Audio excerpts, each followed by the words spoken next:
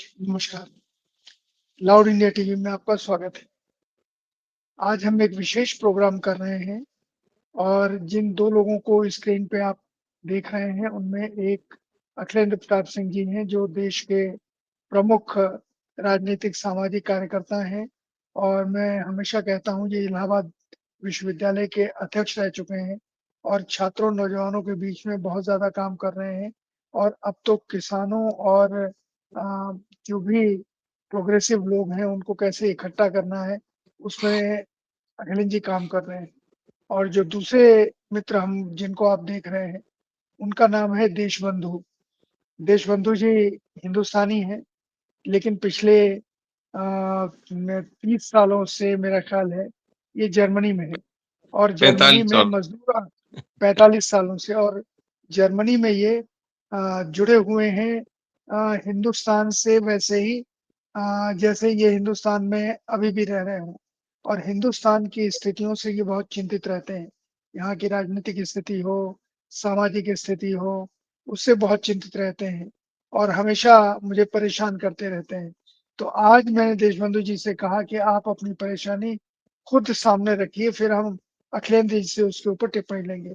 तो देशबंधु जी, आपने मुझे एक लाइन लिखी थी कि हम एक ऐसे हाईवे के ऊपर पहुँच गए हैं, जो कुछ समझ में नहीं आता हमें कहाँ ले जाएगा।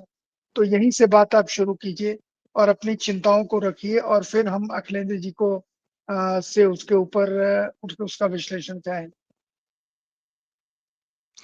देशबंधु जी। जी हाँ, हाँ। दरअसल अब पहले जो एक हिंदुस्तान से उम्मीद वाबस्ता थी, भई हम लोग जो हैं बड़ी रिस्पेक्ट भी थी दुनिया में और मैंने खुद देखा कि जब मैं बाहर आया 77 में, तो यहाँ यूरोप में कहीं भी हमारा वीज़ा नहीं था। कहीं भी आप टिकट लो इंडिया से तो कहीं भी जाओ, घूमो फिरो, मतलब कोई इस तरह का वो नहीं था कि भाई आपको एक्स्ट्रा कहीं से वीजा लेना है या क्या कुछ है। तो मैं ऐसे यहाँ यूरोप में मतलब ना काफी कंट्रीज में उस टाइम भी ये था और पता लगता था ना इंडियन, तो वो एकदम से यहाँ लोग पूछते थे एकदम से, मतलब ना आपने बताया ना इंडियन हो, एकदम वो पूछते थे हाँ गांधी जी, हाँ गांधी जी, वो तो सब हर एक बच्चा बच्चा जानता और अभी भी मतलब है उनका तो, लेकिन एक वो रेस्पेक्ट थी इस तरह से। और उसके साथ साथ जो हमारा ना, मैं उधर ईस्ट की जो उस टाइम में जो ये रशियन ब्लॉक था उधर भी घुमा फिरा, तो वहां भी बहुत रेस्पेक्ट थी, बहुत ज्यादा। और ये समझिए कि चाहे वेस्ट हो या ईस्ट हो, दोनों तरफ बड़े अच्छे संबंध थे हिंदुस्तान के। और एक तरह से लोग उसको देखते थे ओल्ड सिविलाइजेशन, और खास तौर से गांधी का मतलब जो एक वो था करेक्टर उसका। तो अभी जब हम देखते हैं ये हमारा हिंदुस्तान, तो और जो खास तौर से हिंदुस्तान से जो खबरें आती हैं या जैसा भी वहाँ का जो माहौल है, नई जो जनरेशन है, जो वहाँ की समस्याएं हैं, तो वो बहुत बेचैन करती हैं। वो जो उम्मीद एक थी ना कि भाई हम दुनिया के अग्रणी देशों के बीच खड़े होंगे, दुनिया के जो फैसले होंगे उनमें हम शामिल होंगे, हैं जी। हिंदुस्तान में जो जो लोग हैं उनकी स्थिति बेहतर से बेहतर होगी ये, तो अब वो निराशा मतलब बहुत ज्यादा मतलब देख करके होती है ये। देशबंधु जी, आपकी चिंता क्या है? चिंता देखिए ना, अब चाहे हम लोग अभी जो फिलहाल जो चल रहा है, आप देखिए पर्यावरण का है हालत, क्या हालत है कि वो दिल्ली में कहते हैं कि वो सांस नहीं लिया जा रहा, बच्चे जो हैं वो उससे पीड़ित हैं। शिक्षा का यही हालत है, स्कूल बंद हो रहे हैं जी। और जो रोजगार है वो तो आपको देख ही रहे हैं जो हालत है रोजगार की। जो दरिद्रता है, गरीबी जो है, वो हमेशा मतलब ना ज्यादा से ज्यादा मतलब ना बढ़ रहा है उसको। तो अब किसी भी उसमें आप ले लीजिए, जो क्राइम्स हैं वो बहुत ज्यादा, करप्शन का तो पूछो ही मतलब ना जो वहाँ से खबरें आती हैं, जो मैं सुनता हूँ लोगों से कि आप मतलब कुछ भी बगैर करप्शन के चल ही नहीं रहा कुछ भी। हर एक जो है, पहले तो ये शर्म मानते थे लोग बाग ना, छुप-छिपा के हो जाता था कुछ ऐसा, अब तो वो एक तरह से समझिए कि वो सरेआम और बगैर बेशर्म मतलब ना लोग ऐसे हो गए हैं, और उसमें कोई किसी को शर्म नहीं, और ज़्यादा जो मतलब ना पैसा, पैसा, पैसा, पैसा, तो जो शर्म, इज़्ज़त या क्या कुछ है, वो चीज़ें रही ही नहीं बिल्कुल भी। तो ये चीज़ें हैं मतलब ना जो बड़ी तकलीफ़ अ, होती है देख कर के, और जो लॉ एंड ऑर्डर का जो हालत है ना जी?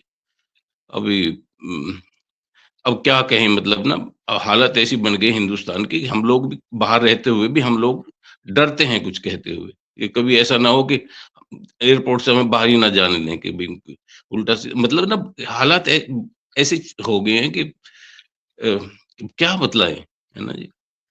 कि वहाँ पर जो हिंदुस्तान में लोग हैं वो तो वैसे डरे हुए हैं, है ना?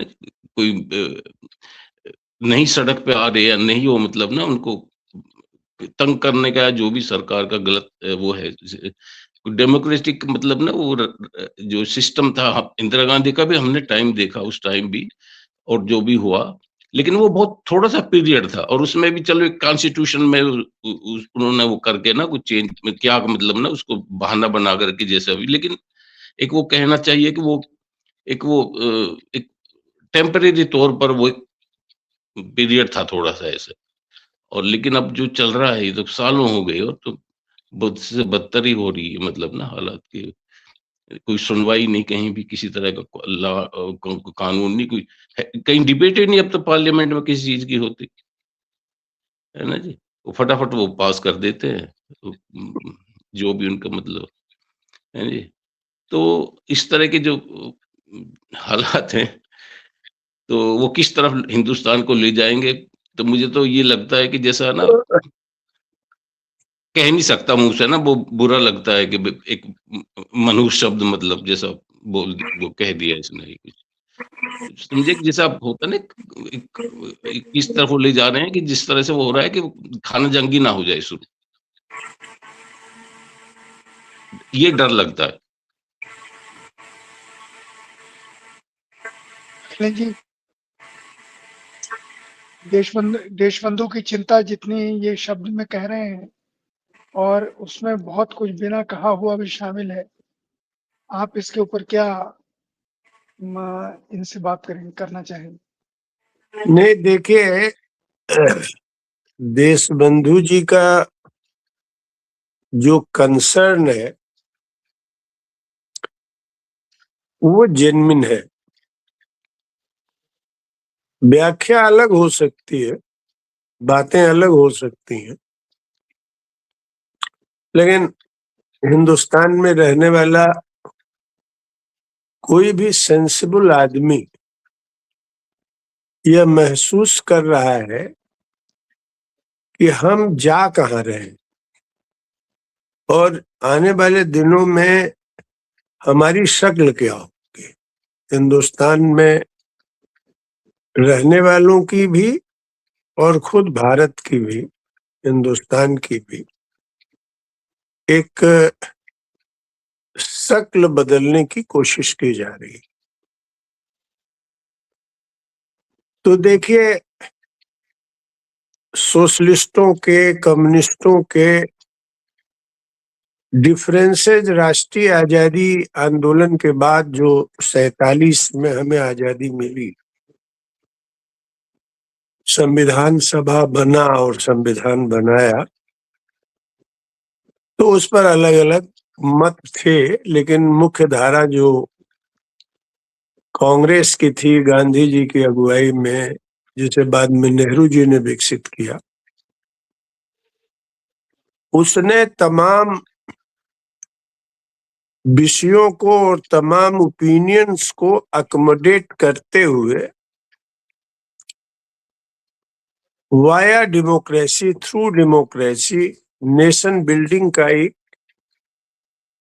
दिशा उन्होंने ली, और उस दिशा की बुनियाद थी जिसको हम बहुलता या प्लूरलिज्म कहते हैं, मैंने यह माना गया कि हमारे यहाँ ये हमारे इनहेरेंट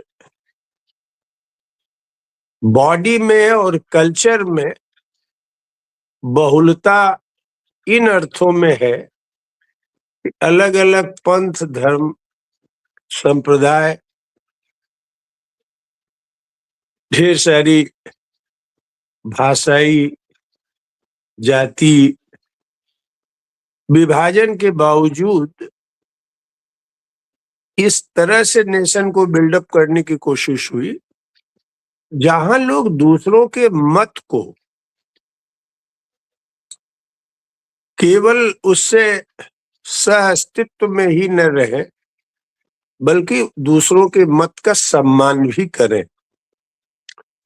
यह कुछ मोटे तौर पर बुनियादी बातें थीं और एक बड़ा लक्ष्य यह भी था, हालांकि कम्युनिस्ट पार्टियों का, सोशलिस्टों का कहना था इससे नेशन बिल्डिंग उस ढंग से नहीं होगा जिसमें जो अंतिम आदमी है गांधी जी का वह भी अगली कतार में आ सकेगा। तो उनके रिजर्वेशंस थे।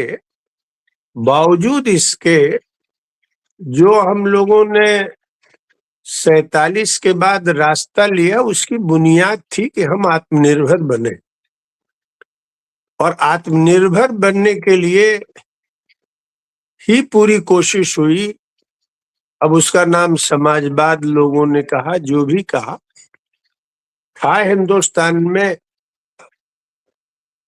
एक किस्म का पूंजी निर्माण का जो वाद हो सकता है। भारतवर्ष में हम अपने एग्रीकल्चर को कैसे प्रोडक्टिव बनाए, हमारी अपनी जो कारीगरी है उसे कैसे हम आधुनिकीकरण में ले जाएं, और कैसे हम यहाँ की पूंजी निर्मित करने के लिए तकनीकी क्षेत्र में भी अपना काम करें। तो यह हमारे ख्याल से 90 तक मोर और लेस यह कंसर्न था। और उसके बाद मनमोहन जी के आने के बाद एक नया हिंदुस्तान का अध्याय लिखा जाना लगा, जिसमें अतीत को खारिज करके कुछ व्यक्तियों को, नेहरू को विलन बनाकर, गांधी जी को चौतरफा घेर कर अब यह कहा जा रहा है कि 70 सालों में कुछ नहीं था, जो कुछ है वो 2014 के बाद है। और कुछ लोग कहते हैं कि असली आजादी 2014 के बाद मिली। तो इतना बैंकरप्ट पॉलिटिकल थ्योरेटिकल रास्ता जो आंदोलन ले, जो संगठन ले, अब आप अगर भारत की बागडोर उसी के हाथ में रह गई तो बात केवल यह नहीं है कि हम एक खास सामाजिक समूह के वर्चस्व में आ जाएंगे, बल्कि बात यह है कि जो आरएसएस और बीजेपी की कोशिश है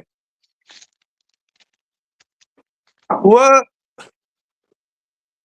भारत को एक हिंदुत्व के आधार पर नया गठन करने का, वह हिंदू धर्म की भी मान्यताओं के खिलाफ है, डेमोक्रेसी के खिलाफ है, और यह हमारे प्लूरलिज्म के खिलाफ है। तो अब आप समझिए, अगर ये रिजीम सफल हो गई, इसकी कंटिन्यूटी अगर बरकरार रही, तो आप देखिए इतिहास को नए सिरे से गढ़ने की कोशिश हो रही। मैंने जो संविधान को भी अगर आप देखिए तो हमारी जितनी परंपराएं थी, गुरु गोविंद सिंह से लेके टीपू सुल्तान से लेके लक्ष्मीबाई से लेके सब लोगों का अगर आप कबर देखिए तो संविधान में उस जमाने से राम से लेके आज तक की जो पूरा पूरा जो विविधता और प्रवृत्तियां थी उसका प्रदर्शन उसके जिल्दों में भी दिखता है। यहाँ तक कि जिनको आज खारिज किया जा रहा है, अकबर की भी, अकबर के माध्यम से पूरे मुगल स्थापत्य और उनके कला का भी प्रदर्शन संविधान में है। तो इस तरह का हम एक नेशन बना रहे थे। अब ये कौन सा नेशन बना रहे हैं, ये किस तरह का राज्य राष्ट्र बना रहे हैं, इसके बारे में आप स्पष्ट हो जाइए।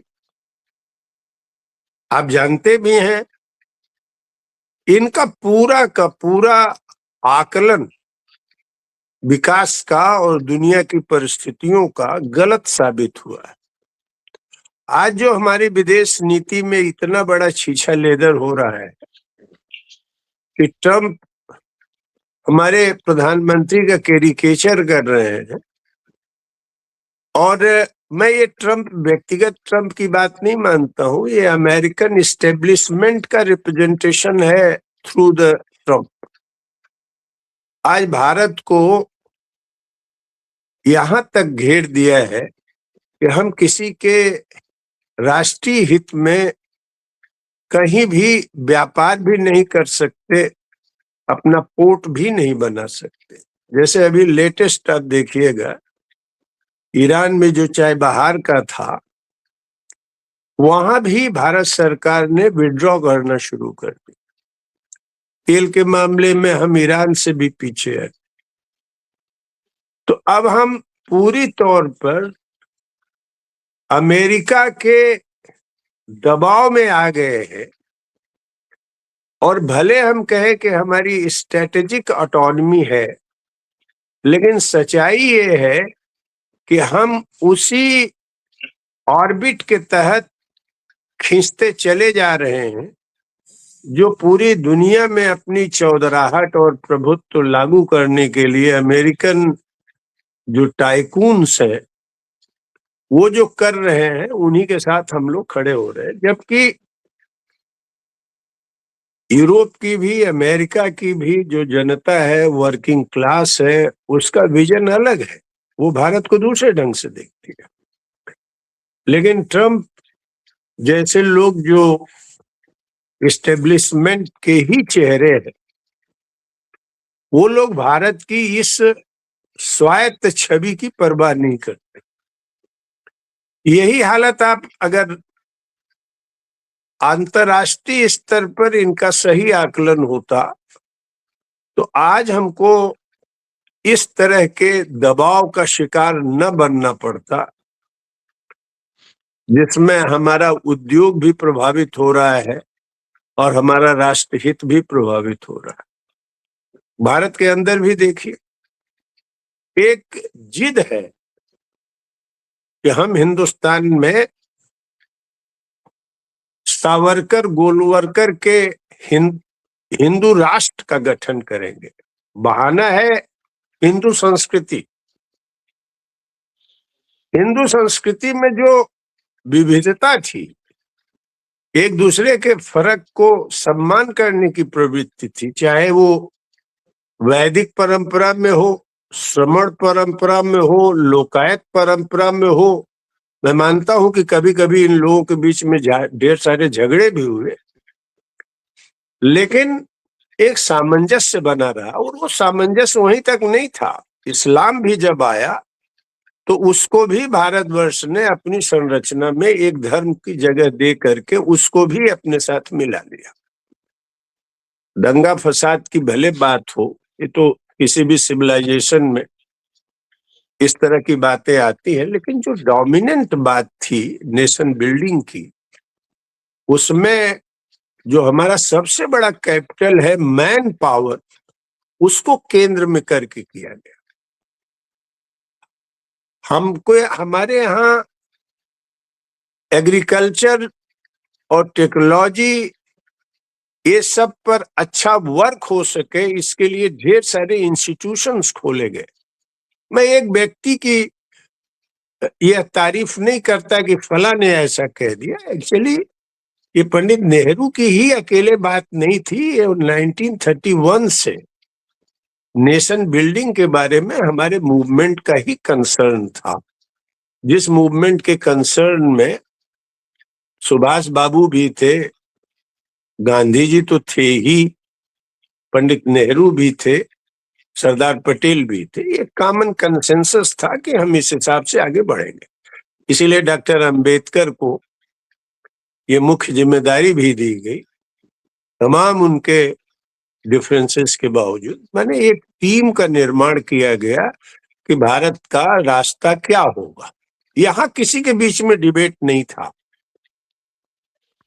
कम्युनिस्ट, सोशलिस्ट, जितने भी धारा थी, वो लोकतंत्र के माध्यम से भारतवर्ष में राष्ट्र राज्य का निर्माण किया जाए, सबकी सहमति थी। जो लोग पहले चुनाव में नहीं थे, इलेक्टोरल प्रोसेस में आ गए। अभी तो हम ये देखते हैं, जो अभी देशबंधु जी कह रहे थे, अभी यूरोप में है, जर्मनी में है, वहां के अखबारों में मैं क्या टिप्पणी आती है नहीं कह सकता, लेकिन जो भारतवर्ष में रिस्पेक्ट और टॉलरेंस का कल्चर था वो वीकेन हुआ है। यह बात मुझे जितने लोग बाहर से आते हैं या बाहर गए हैं वो बताते हैं।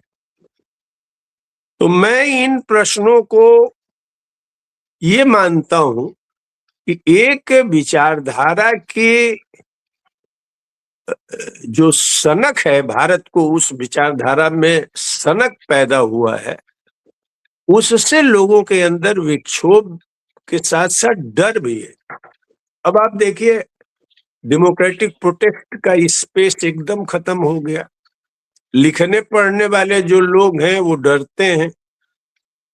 अब आनंद तेलतुंबडे जैसा आदमी या गौतम नवलखा जैसा आदमी या सुधा भारद्वाज जैसा आदमी, जो हमारे देश के टैलेंट हैं, जो हमारे देश के जीनियस हैं, इन लोगों को बेवजह फर्जी ढंग से उठा के जेल में बंद कर दिया गया और आज उन लोगों के ऊपर प्रतिबंध है। जो हमको आनंद बताते थे कि अगर हमको यहाँ से अलग जाना हो तो परमिशन लेके जाना पड़ेगा, माने बाहर के लिए नहीं, भारतवर्ष में। तो एकदम सही वाजिब चिंता है उनकी। आतंक है, डर है, फीलिंग के लेवल पर डर है। यह एक लोग डरे हुए हैं। डरे लोग से डरे हुए का मतलब है कि जो संवेदनशील तबका समाज का है, जो अपने स्वार्थ को राष्ट्र के, समाज के स्वार्थ के अधीन रखता है, वह चिंतित भी है, दुखी भी है और डरा हुआ है। मैं एक उदाहरण से आपको बताऊं।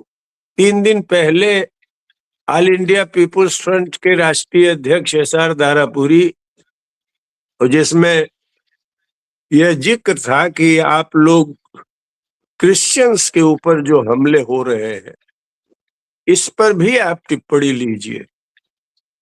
वो हम लोगों को जानते हैं, फादर आनंद, वहां बनारस में कोई भी इस तरह सांप्रदायिक सौहार्द का या डेवलपमेंट का सवाल होता है, उसमें जाते हैं।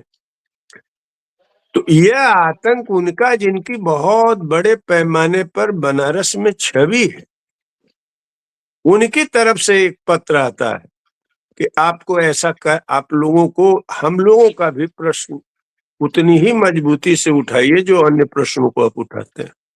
बहरहाल मैंने ये तय किया कि तत्काल हम लोगों की तरफ से एक मेमोरेंडम राष्ट्रपति के यहाँ दी जाए और मांग की जाए कि उनकी सुरक्षा हो। और साथ ही साथ हम यह समझते हैं कि एक पीपुल्स टीम भी बनाई जाए जो आरएसएस के आउटफिट्स हैं, क्रिमिनल एक्ट में है, उनसे रजिस्ट भी किया जाए जब वो नागरिकों के ऊपर हमला करते हैं।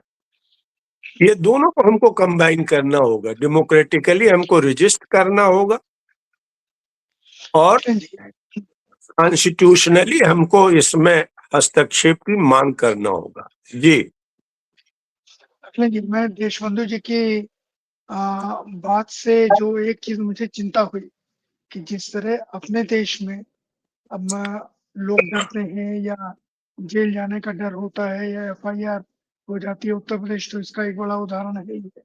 उत्तर प्रदेश भी है और अब तो बिहार भी हो गया कि जहाँ पर लिखने पढ़ने वालों या आवाज उठाने वालों को पुलिस परेशान करती है।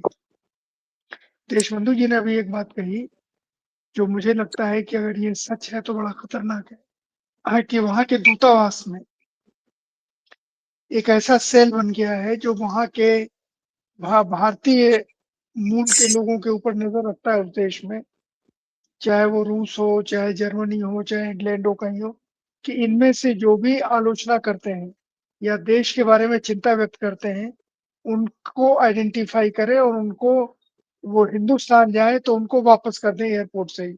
जैसे अभी थोड़े दिन पहले इंग्लैंड की एक लेखिका आई थी, उनको एयरपोर्ट से ही वापस कर दिया था।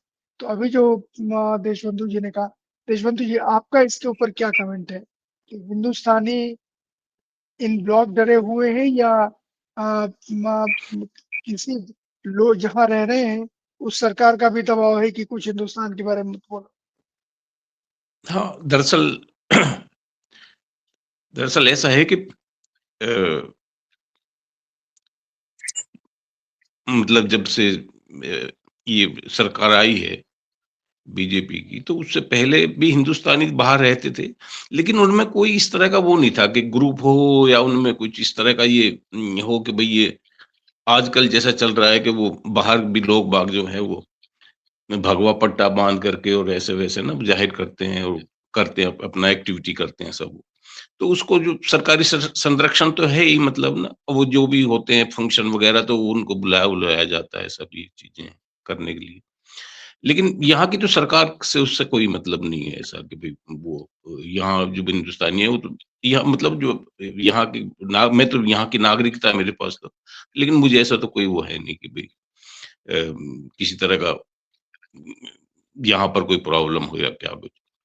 हाँ, लेकिन ये है कि उसमें चेंज हुआ, बहुत ज़्यादा चेंज हुआ कि जो पहले जो हमारे राष्ट्रीय और जो क्षेत्रीय भी त्योहार हुआ करते थे, तो एम्बेसी जो है हिंदुस्तान की लोगों को बुलाया करती थी, वहाँ पर फंक्शन होते थे या खाना-पीना हुआ था करता था साथ में सब ऐसे। लेकिन अब तो मतलब सिर्फ़ जो ख़ास तौर से हमारे हिंदुओं के मतलब जो पर्व होते हैं या इस तरह की चीज़ें हैं, उन्हीं का मतलब ख़ास तौर से होता है कि जो लेकिन जो दूसरे हैं वो उनका मतलब तो बिल्कुल ही समझिए आप, वो नहीं है इस तरह का।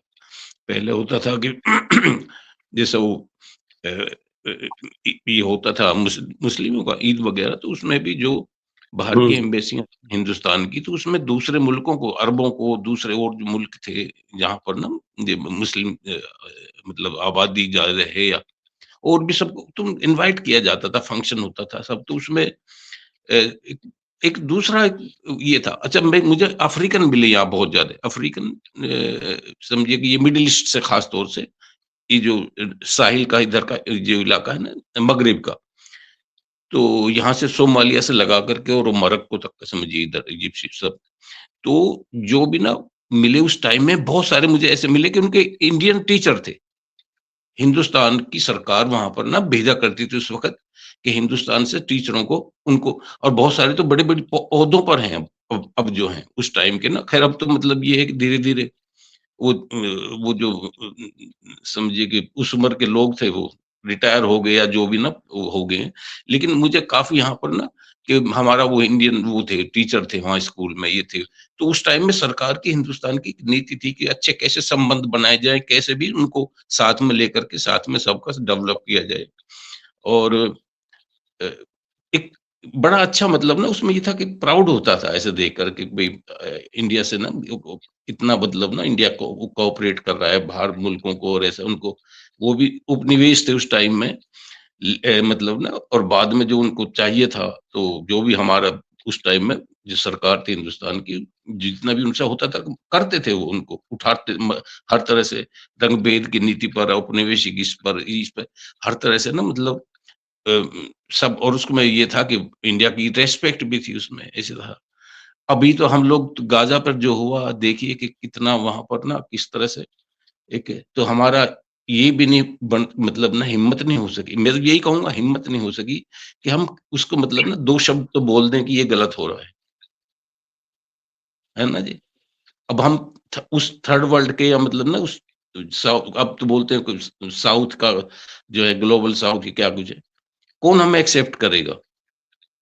ग्लोबल साउथ तो ये तो उसने साउथ अफ्रीका ने तो जाकर के इंटरनेशनल कोर्ट में उसके खिलाफ मतलब ना वो ले गया मामला, है ना जी? और दूसरे और सब और थे कंट्रीज जो हैं, जो तीसरी दुनिया की कंट्रीज थे, लेकिन हम वहां पर बिल्कुल गायब थे। अब कहाँ नेतृत्व हम मतलब ये हालत ऐसी बन गई कि विदेश नीति की भी कि पता नहीं वहां पर कौन बैठे हुए हैं, कैसे वो डील कर रहे हैं, क्या कुछ है। लेकिन ये है कि जो ढोल बजते हैं वो पूरे मतलब ना जोर से बजाए जाते हैं, ये है तो फलाना है, विश्व गुरु है, ये है वो है। लेकिन जो बाहर हम देखते हैं कि जिस जिस तरह से मतलब ना अलग थलग पड़ गए हम, खास तौर से जो ये जो सिंदूर का हुआ ना, ये ऑपरेशन सिंदूर, इसके बाद कि वो इतना भी नहीं उनको कि भई आप ये जो कर रहे हैं, कम से कम बाहर तो मुल्कों को आप टटोल तो लो कि आपके साथ वो किसी हैं, कुछ सिम्पैथी है उनकी, या वो आपको समर्थन करेंगे, इसमें नहीं करेंगे, क्या उसके बाद के रिजल्ट क्या होंगे? तो अ, मतलब ये तो जो वहाँ पर बैठे हुए लोग हैं ऊपर ओहदों पे, मतलब ना चाहिए था। अब ये है कि भी सिर्फ आपका यही रह गया कि भई वो जो एजेंडा है मतलब ना आरएसएस का, उसी को आप बढ़ाएँ उस समझे? तो अब तो यही रह गया है। अब इलेक्शन भी हमने देख रहे हैं अभी, फिर हर एक उसमें कि वहाँ पर इलेक्शन कमीशन का भी क्या हाल बन गया। क्या मतलब वो ये एक चीज़ है कि आप कहीं तक दूर तक मतलब ना जाएँ, किसी सोच विचार करें किसी चीज़ों पर। हमारी जो ये आर्थिक वो है स्थिति, उसको आप देख लें। कर्ज़ मुल्क पे कितना ज़्यादा है उसका, उसका कोई फ़ायदा नहीं हुआ आम आवाम को, है ना जी? फ़ायदा कितना मतलब ना कर्ज़ क ले लिया ये वो। कहाँ जा रहा है पैसा, क्या हो रहा है, क्या नहीं। बस यही रह गया अब वो। अब तो बच्चों के हाथ में भी वो तलवारें दे दी, बेरोज़गार तो हैं ही वो। अब उनको तलवार, किसी को गंडासा और किसी को क्या-क्या वो, और वो उम उम, एक समझिए कि वो प्राउड है, मतलब रह गया बस उसका। और किसी की बात सुनते नहीं, अगर मतलब आप 2 बात लिख दें कि उसमें कि भई ये गलत है, तो 5-7 गाली देने वाले आ जाते हैं, ऐसा। तो ये हालात बने हुए हैं, है ना जी? तो नहीं, इन हालातों को लेकर के जो विदेशों में भारतीय हैं, जिन देशों से आपका संपर्क है, तो उन भारतीयों में कितने ग्रुप हो गए हैं? आपकी तरह से सोचने वाले कितने इंडियंस आपकी नज़र में हैं? नहीं, हमारी तरह से सोचने वाले तो चुप बैठ गए हैं। वो उनमें वो मतलब कई चीज़ें होती हैं मजबूर मतलब कर देती हैं आदमी को। मैंने आपको बताया ना कि एक तो ये है कि हम लोग वहाँ से, हमारी फैमिलीज़ हैं वहाँ पर, ये है, वो है, हम तो फिर दूसरा ये है कि भई क्या आप एक्टिविटी मतलब बाहर भी क्या एक्टिविटी करें आप? अभी ये था कि देखिए वो इंदिरा जी का हुआ था, जब इमरजेंसी का दौर था, तो उसमें बाहर जो हिंदुस्तानी थे, उन लोगों ने भी रजिस्ट किया था और उनको नेतृत्व भी मिल गया था।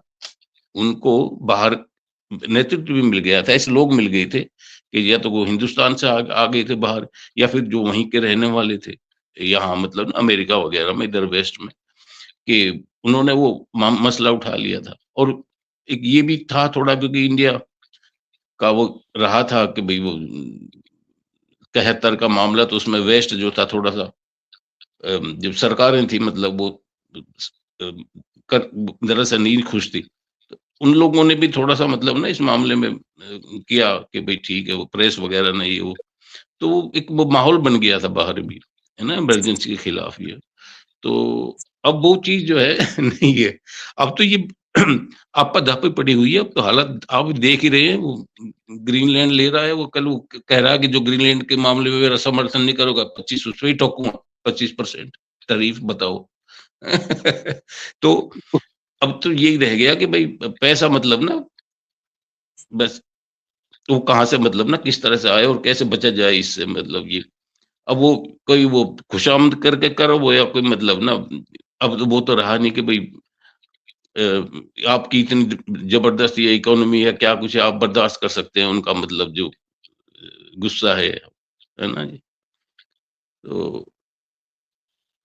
अब नहीं ये जी, है कि हम इंडिया में तो मतलब है, लोग ऐसा ही सोचते हैं कि भाई हम लोग अभी भी बहुत ही ज़्यादा वो हैं, है जी।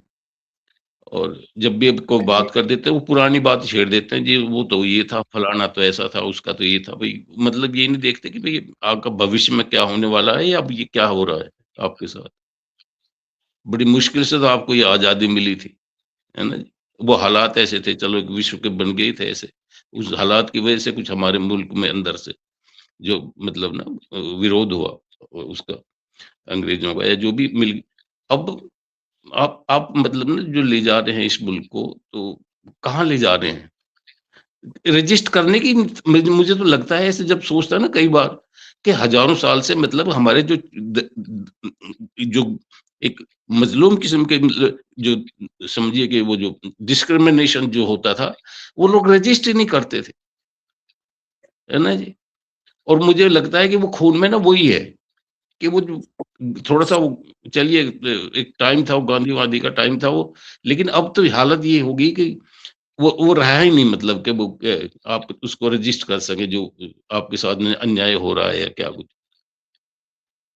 2 दिन होता है, तीसरे दिन लोग भूल जाते हैं। ऐसा हो रहा है। हैं जी?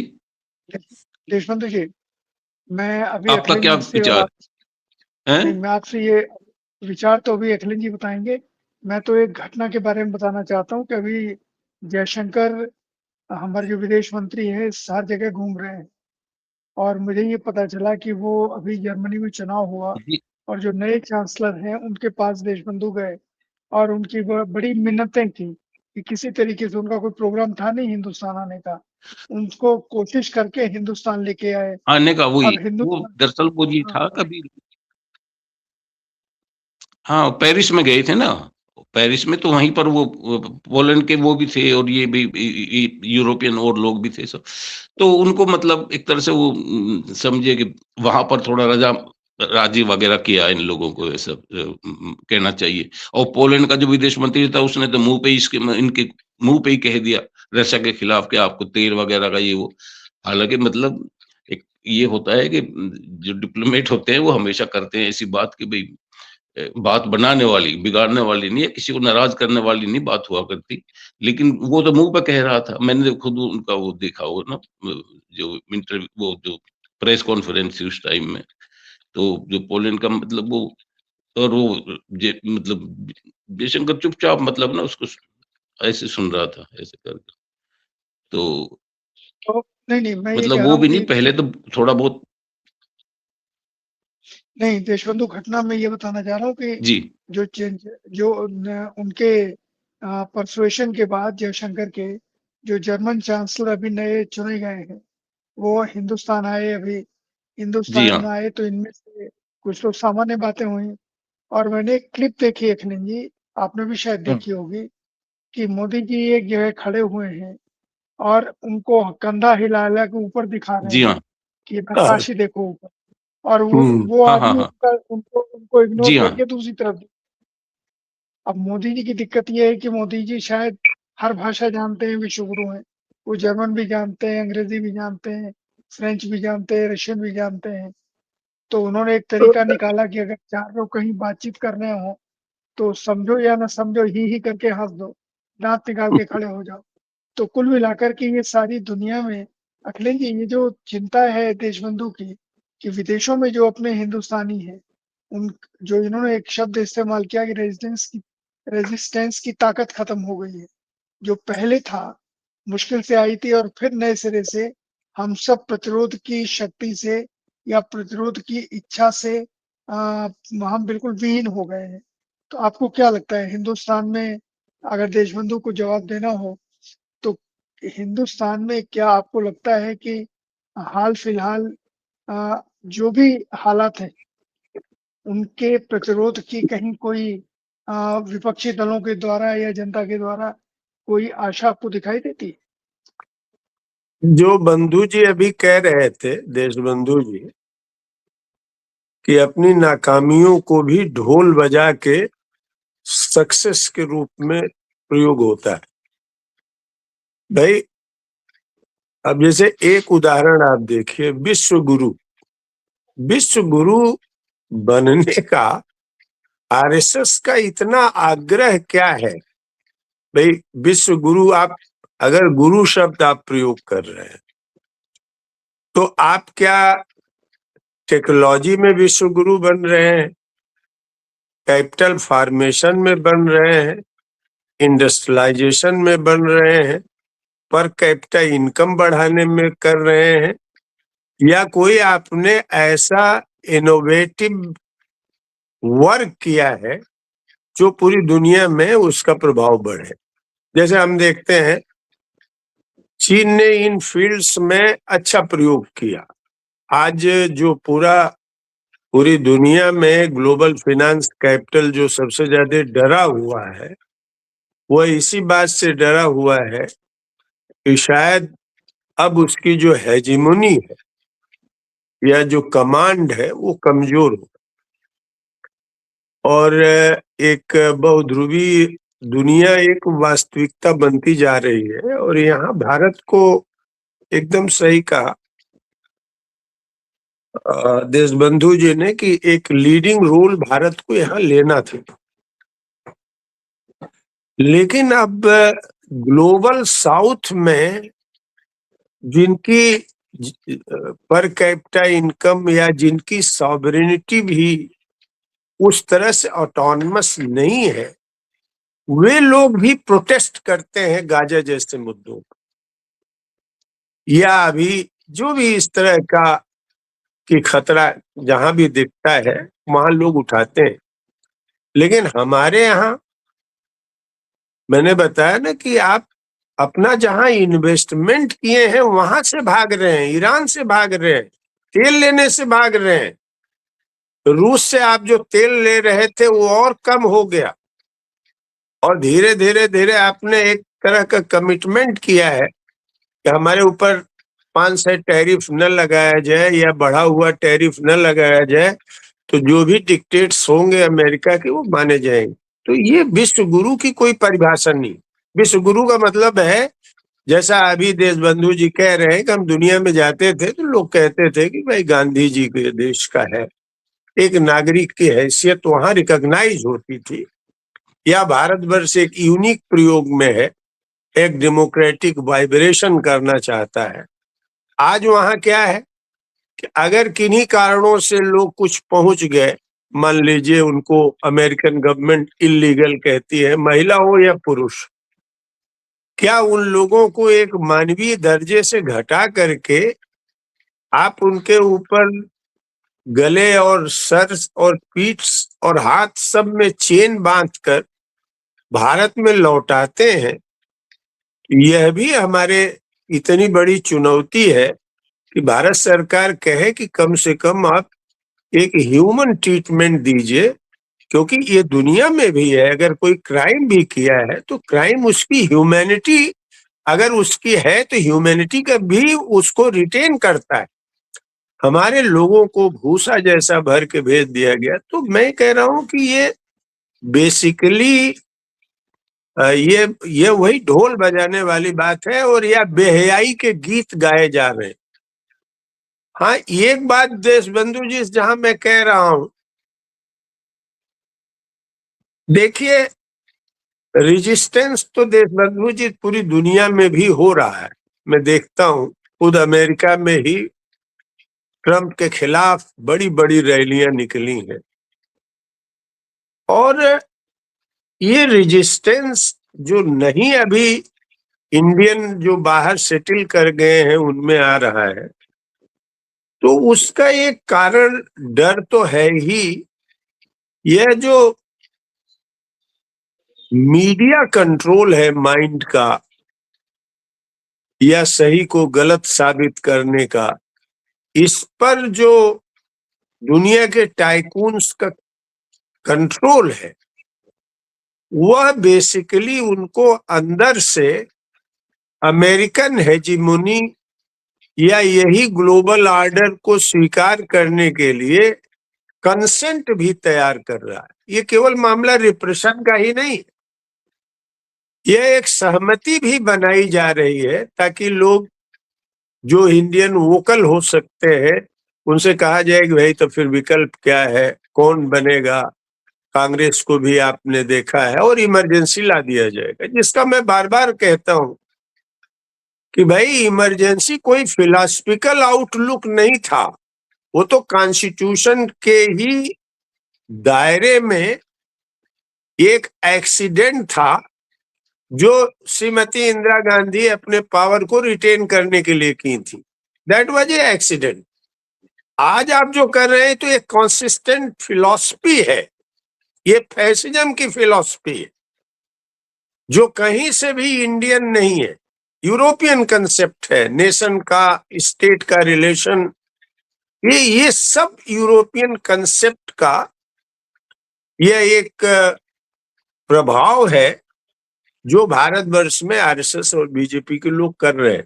तो रेजिस्टेंस तो देखिए होगा, ये अलग बात है कि रेजिस्टेंस के लिए जो फोर्स जनरेट होनी चाहिए और तरीके भी बदलेंगे। देखिए हम कोई इंडस्ट्रियल एरा में नहीं, ये फिनांस कैपिटल का एरा है। जैसे वर्किंग क्लास का भी नेचर बदल गया है, पीजेंट्री का भी नेचर बदला है, मिडिल क्लास का भी नेचर बदला है। तो इस सब को देखते हुए एक कॉन्क्रीट हम पॉलिटिकल टैक्टिक्स और स्ट्रेटेजी नहीं डेवलप कर पा रहे हैं कि कैसे हम इस काम को करें। जैसे हम भारतवर्ष में ही देखते हैं, भारतवर्ष में रेजिस्टेंस के लिए कुछ बुनियादी बातें जो होनी चाहिए विपक्ष की तरफ से, विपक्ष क्या कहिए कांग्रेस की तरफ से, रीजनल पार्टीज तो किसी तरह से पावर शेयर करके रहती। कांग्रेस बेसिकली इस पूरे स्ट्रगल को हिंदुत्व तक रिड्यूस कर देती। जो इसका मास्टर माइंड है एक्सपेंड करने का, मीडिया से लेके जिसका ओनर है कारपोरेट घराना, उससे हमें नहीं कह रहे कि हम कोई समाजवाद की वकालत कर रहे हैं। हम अभी भारतवर्ष में समाजवाद की जो परिस्थिति उस समय लेनिन ने बनाई थी, वहां कहा था, दरअसल वो एक उनका राजनीतिक नारा था। कोई अर्थ क्षेत्र में कोई इस तरह का वो करने नहीं जा रहे थे। भारतवर्ष में हम ये नहीं कह रहे हैं कि सोशलिज्म की लड़ाई है, हम भारतवर्ष में कह रहे हैं कि ये जो कारपोरेट डोमिनेशन है हमारी इकोनॉमी में और सोशल लाइफ में, इसको खत्म किया जाना चाहिए और जो प्रोडक्टिव फोर्सेज हैं उनको भी प्लेयर बनने देना चाहिए। प्रोडक्टिव फोर्सेज अनऑर्गेनाइज सेक्टर में काम कर रही, खेती में काम कर रही, एसएमई में काम कर रही। तो मैं ये कह रहा हूं कि ये जो प्रश्न है वह सीरियसनेस अपोजिशन के आर्टिकुलेशन में नहीं दिखता। जैसे एक सामान्य अपोजिशन का काम होता है, या मान लीजिए कुछ एक सिंबॉलिज्म में कुछ यात्रा निकाल दिए, ये किए। मैं कह रहा हूं कि राहुल गांधी ने यात्रा निकाल दिया, ये बड़ी बात नहीं थी। बड़ी बात ये थी कि उस यात्रा में जो लोग इतने शरीक हुए वो कांग्रेसी नहीं थे, कॉमन आदमी था। इसका मतलब यह है कि देश में रजिस्ट करने के लिए अंदर फीलिंग है, अगर उसको कोई आउटलेट दे तो वो सब लोग खड़े हो सकते। यही मैं यूरोप के बारे में भी कह रहा हूं, जर्मनी के बारे में भी कह रहा हूं। इसको थोड़ा सा हम लोगों को अपने कंसेप्ट को, चाहे वो सहयोग का हो या विरोध का हो, यह कंसेप्ट को भी हम लोगों को अपडेट करना पड़ेगा। इंडस्ट्रियल एरा के जो थ्योरेटिकल फ्रेमवर्क 20th सेंचुरी में आया था, उसका हूबहू नकल करके आप आज के दौर की चुनौतियों से नहीं निपट सकते। इसलिए वेस्ट से तो हम यह भी उम्मीद करते हैं, जो भारत से गए हुए लोग हैं, कि क्या हमारे हिंदुस्तान की पॉलिटिकल इकोनॉमी क्या होगी, इंटरनेशनल सिचुएशन में थियराइजेशन क्या होगी। और यह कह देना कि हम आंदोलन करेंगे, आंदोलन, देखिए आंदोलन, सवाल यह है कि इस सरकार अगर अपने को लेजिटिमेट कर देती है, लेजिटिमेट करने की अगर उसको स्वीकृति मिल जाती है, तो वह मैं समझता हूं थ्रू द डायलॉग हम लोग ये बता सकते हैं, बिना धरना प्रदर्शन जुलूस में गए हुए पूरे देश में हम लोग ये कैंपेन कर सकते हैं। ये जेन्युइन लेजिटिमेट सरकार नहीं है, चाहे SIR का मामला हो या जितना भी हो। बहस यहां से शुरू होनी होगी कि ये लेवल प्लेइंग फील्ड है ही नहीं जहां इलेक्शन जीते जा रहे हैं। अभी जैसे महाराष्ट्र का इलेक्शन आपने देखा, हालांकि हल्ला बहुत हो रहा है कि बीजेपी और ये वो, मैं जहां तक देखा हूं कि महाराष्ट्र में बीजेपी 5-7 सीटों में ज्यादा इस बार आई, लेकिन सवाल है कि वहां अपोजिशन कहाँ है? अपोजिशन जो है, कांग्रेस तो कहीं दिखी ही नहीं है, दिखी भी तो कुछ विदर्भ जैसी जगहों में दिखी। ये शिवसेना ने तो बल्कि एक तरह से मुंबई ही उनका था, मुंबई में वो रजिस्ट भी किया।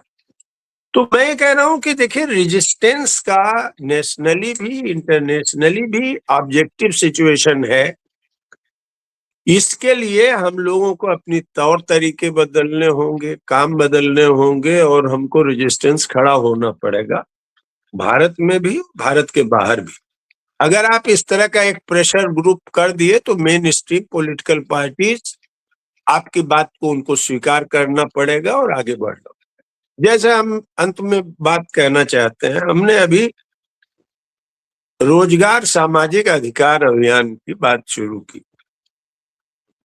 मैं देख रहा हूं कि उत्तर प्रदेश में जगह जगह से लोग बुला रहे हैं कि हमारे यहाँ आम सभा कीजिए, हमारे यहाँ आम सभा कीजिए।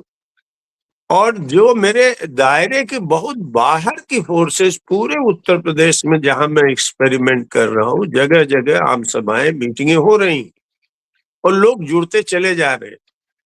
जबकि हमने रोजगार के प्रश्न को और जो डिप्राइव्ड सेक्शन है सोसाइटी का, ST SC, extreme backward caste, मुसलमान, पसमादा और महिला, इनको हमने कहा कि एक समूह के बतौर स्वीकार किया जाए और एक जमीनी स्तर पर राजनीतिक ताकत बनाई जाए। तो हम आने वाले दिनों में उत्तर प्रदेश में एक पॉलिटिकल फोर्स के बतौर राइज कर सकते हैं और भाजपा के खिलाफ जो हमारा विपक्ष है, जो नहीं लड़ रहा है ढंग से, उसको भी हम मजबूर कर सकते हैं कि वो भी खड़ा हो और 2027 के चुनाव में बीजेपी को फिर से पावर में न आने दे। तो मेरा कहने का मतलब है, छोटा सा प्रयास भी प्रोडक्टिव है, छोटा भी प्रयास कीजिए वो प्रोडक्टिव। तो मैं इन्हीं संदर्भों में देशबंधु जी की चिंता से पूरी तौर पर सहमति व्यक्त करते हुए, जो रेजिस्टेंस नहीं हो पा रहा है, ऐसे तत्वों को तलाशने की मैं जरूरत महसूस करता हूं, क्योंकि जो रेजिस्ट कर सके, अभी ये ध्यान रखा जाए कि केवल दमन के बूते ही नहीं, सहमति के भी बूते ये लेजिटिमेसी ग्लोबल फाइनेंस कैपिटल हासिल किए हुए है। और हमारे देश में RSS और बीजेपी वाले जो बाइनरी तैयार किए हैं हिंदू मुस्लिम का, उसमें ये इसमें एक हद तक सफल हो पाए हैं कि हाँ, हमारी सभ्यता को बड़ा नुकसान पहुंचाया गया। मैंने आपका नेशनल सिक्योरिटी एडवाइजर जब ये बात कहता हो कि जो लोग आपके मंदिरों को तोड़े हैं, जिन लोगों ने लूटपाट की है, राष्ट्र निर्माण करना है, तो यूथ से हम कहते हैं कि आप प्रतिशोध लो।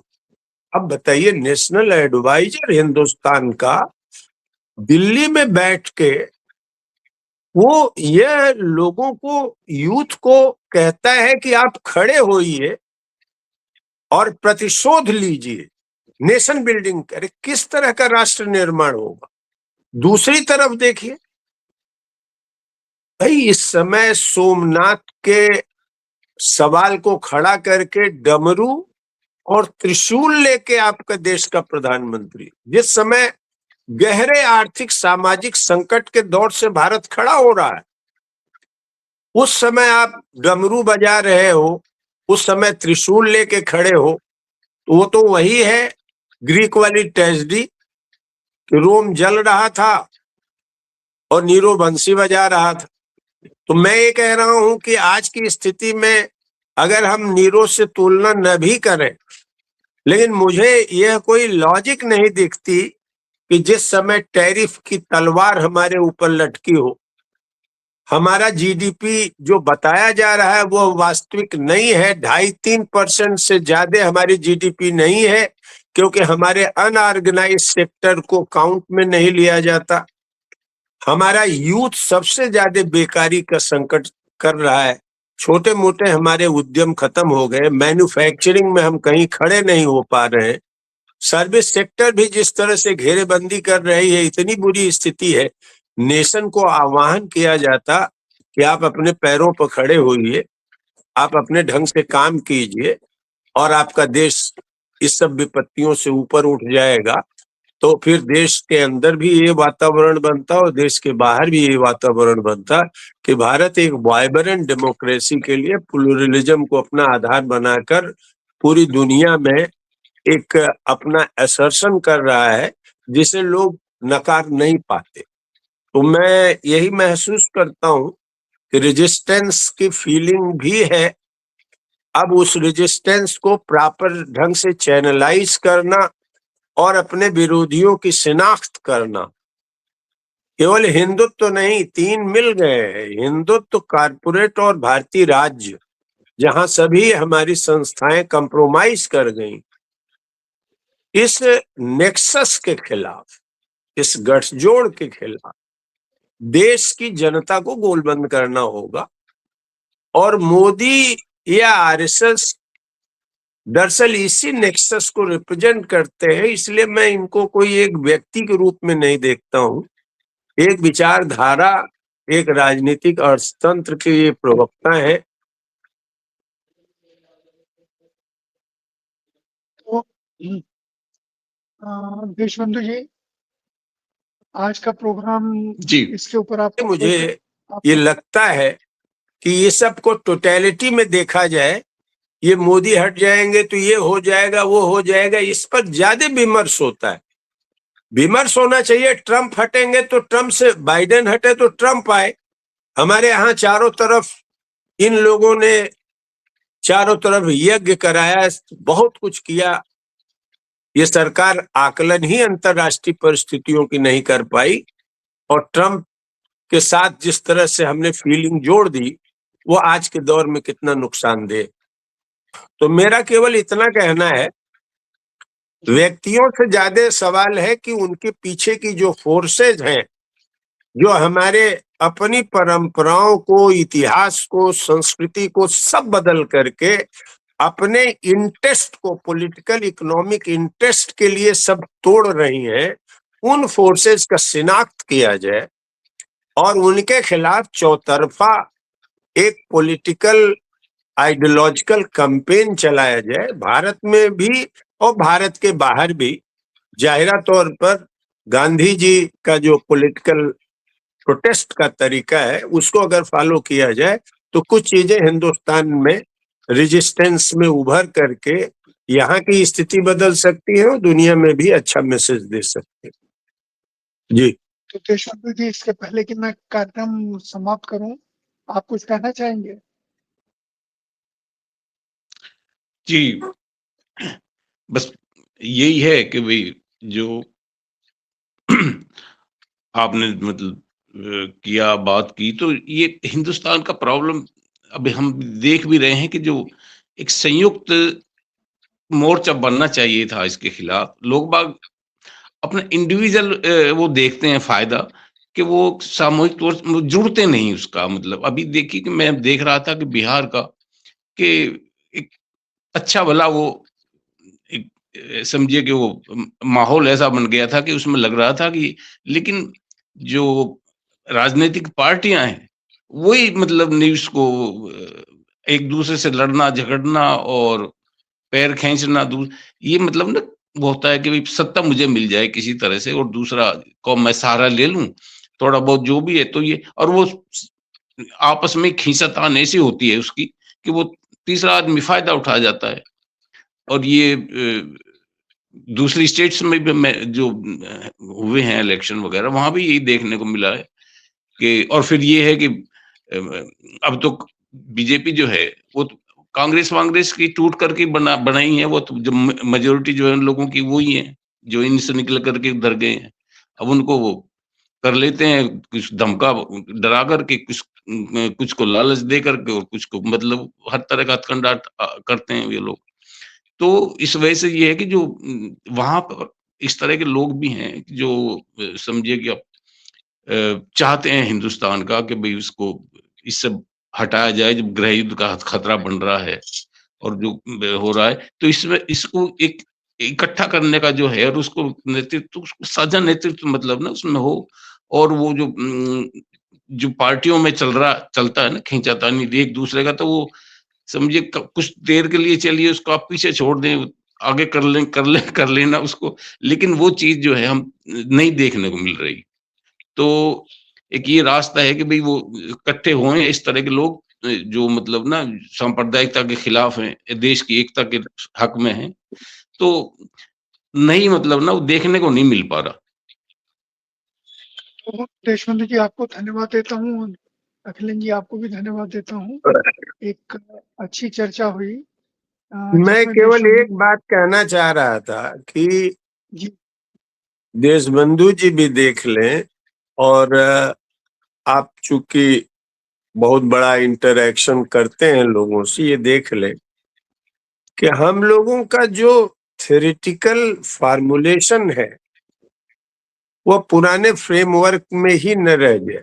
हमारा नाम भी ऐसा होना चाहिए, हमारी दिशा भी ऐसी होनी चाहिए कि हम बड़े समुदाय को अपनी तरफ आकर्षित कर सकें।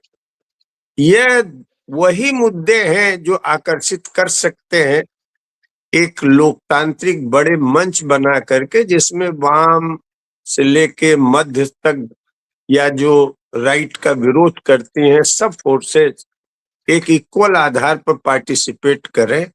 तो मैं समझता हूं कि इनको अभी भी इनकी जड़ें उतनी गहरी नहीं है, और भारत अपने पुराने स्वरूप में हिंदुस्तान लौट आएगा जहां बहुलता का सम्मान है और बहुलता हमारी संस्कृति का हिस्सा।